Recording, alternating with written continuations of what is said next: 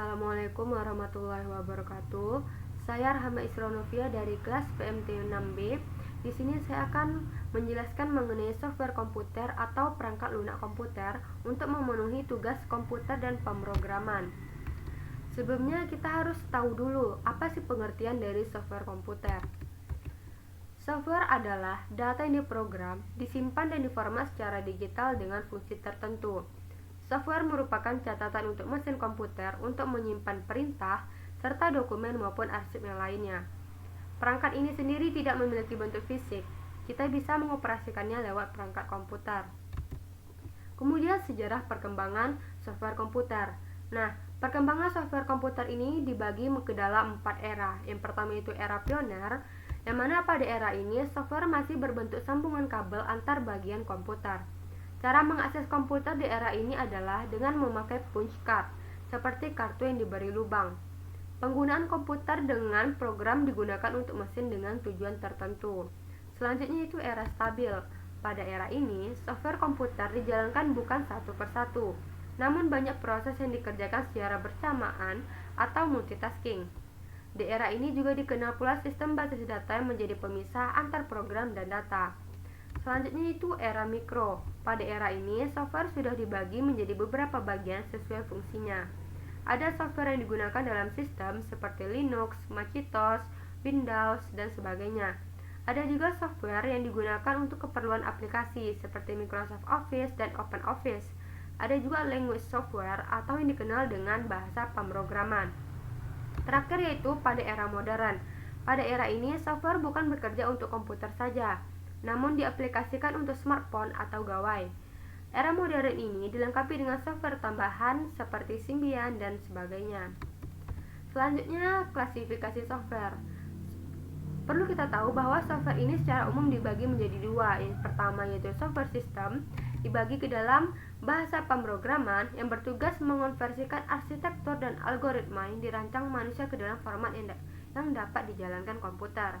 Contohnya seperti BASIC, COBOL, Pascal, C++, dan Fortran. Selanjutnya itu sistem operasi, yang mana sistem operasi ini yang mengatur seluruh proses, menerjemahkan masukan, mengatur proses internal, memanajemen penggunaan memori, dan memberikan keluaran ke peralatan yang bersesuaian.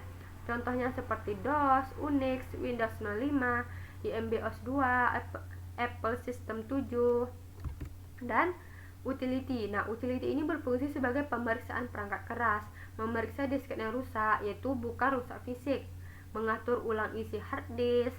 Nah, contohnya seperti Norton Utility. Selanjutnya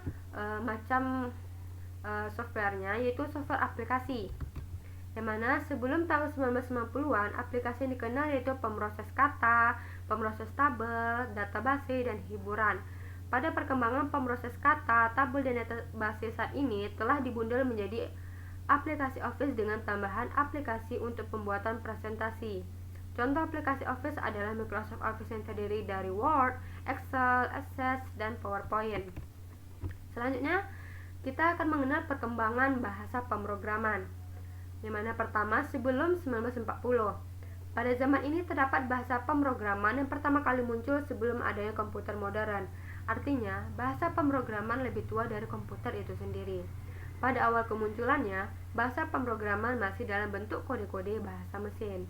Kemudian pada periode 1940-an, komputer bertenaga listrik dibuat dengan kecepatan yang sangat terbatas dan kapasitas memori yang mencukupi untuk programmer memprogram. Kemudian terciptalah bahasa assembly language. Contoh bahasa assembly ini yaitu move untuk memindahkan isi data, add untuk penjumlahan, mul untuk perkalian, sub untuk perkurangan, dan lain-lain. Kemudian periode tahun 1950-an sampai dengan tahun 1960-an. Pada periode ini, mulai tahun 1950 dibuatlah bahasa pemrograman modern yang turun-menurun dan tersebar luas hingga saat ini. Bahasa ini menggunakan istilah atau reserved word yang dekat dengan bahasa manusia seperti read untuk membaca, write untuk menulis, dan sebagainya. Kemudian periode 1967 sampai 1978, yang itu menetapkan paradigma fundamental. Periode di antara tahun 60-an sampai dengan 70-an membawa pengaruh yang besar dalam perkembangan bahasa pemrograman. Kemudian periode 1980-an yaitu konsolidasi, modul, dan performa. Pada tahun 1980-an adalah tahun dari konsolidasi relatif. C++ dikombinasikan dengan sistem programming dan berorientasi objek. Kemudian periode 1990-an yang dikenal dengan visual, yang mana pada periode ini bahasa selain berorientasi objek sudah dikembangkan berbasis visual, sehingga semakin mudah untuk membuat program aplikasi. Tahun 1990-an merupakan era yang paling produktif semenjak bahasa pemrograman diciptakan.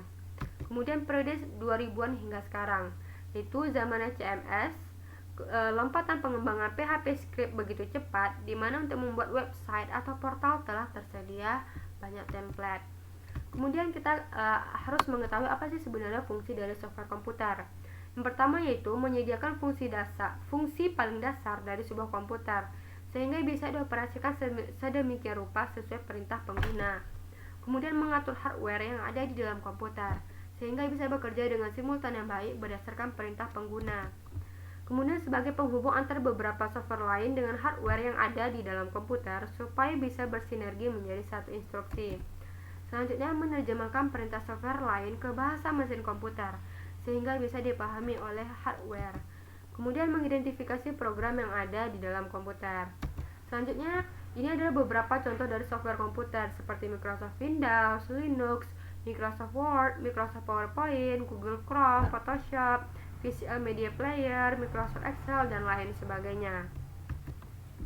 Demikianlah presentasi saya pada kali ini.